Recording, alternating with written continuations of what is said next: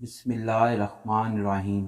شروع اللہ کے نام سے جو بڑا مہربان نہایت رحم والا ہے۔ السلام علیکم۔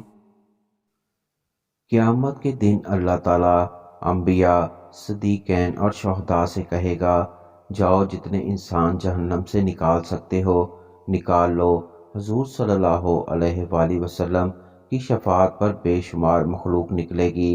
پھر اللہ تعالیٰ فرمائیں گے کہ اب میری باری ہے، تم سب فارغ ہو گئے۔ اب اللہ تعالیٰ اپنے دونوں ہاتھوں سے جہنم سے ایمان والوں کو نکالے گا۔ اس طرح 3 دفعہ نکالیں گے، لیکن ایک شخص جس کے دل میں رائی کے دانے کے برابر ایمان ہوگا وہ پھر رہ جائے گا۔ اس کے بعد جہنم سے حضرت جبرائیل علیہ السلام کو منان یا منان کی آواز آئے گی، تو وہ کہیں گے جاؤ اس کو نکال کر لے آؤ۔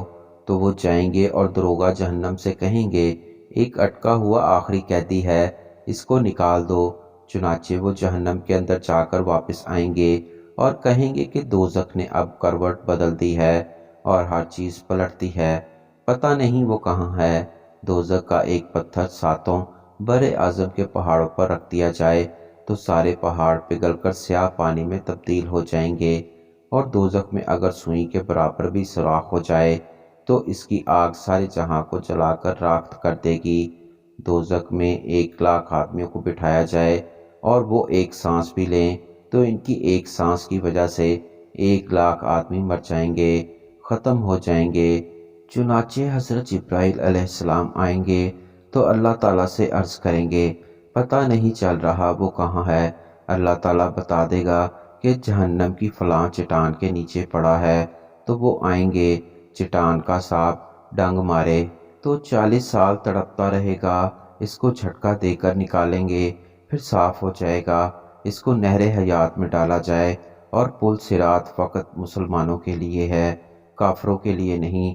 کافروں کو تو سیدھا جہنم کے گیٹ سے داخل کیا جائے گا، جیسا کہ قرآن پاک میں اللہ تعالیٰ کا ارشاد ہے، یہ کافر کے لیے ضابطہ ہے کہ اندھے گونگے بنا کر ان کو جہنم میں پھینک دیا جائے گا۔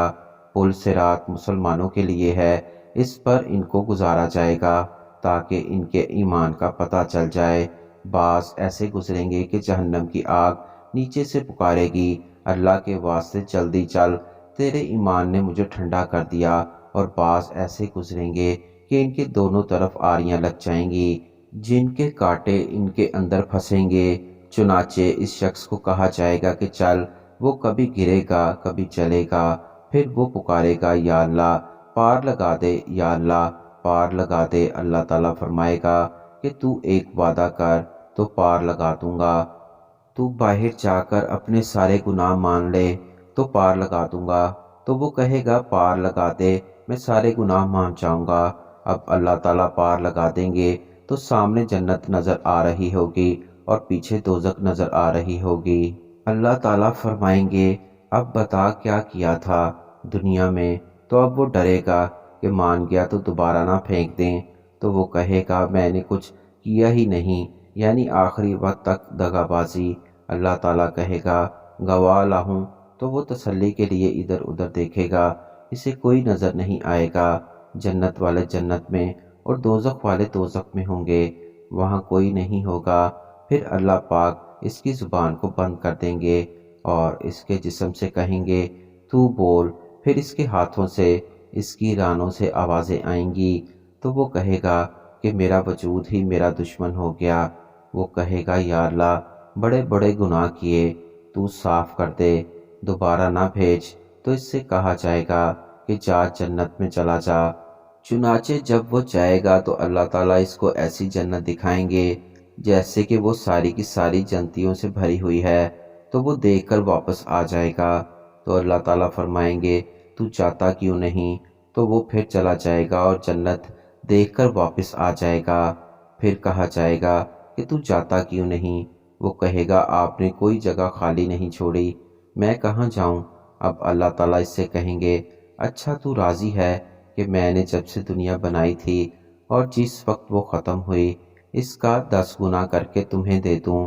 تو اس کا منہ کھل جائے گا اور کہے گا رب العالمین، آپ میرے ساتھ مذاق کرتے ہیں، حالانکہ آپ تمام جہانوں کے رب ہیں۔ تو اس کو یقین نہیں آئے گا اللہ تعالیٰ فرمائے گا مجھے اس پر قدرت ہے، جا میں نے تجھے دنیا اور اس کا 10 گنا دے دیا۔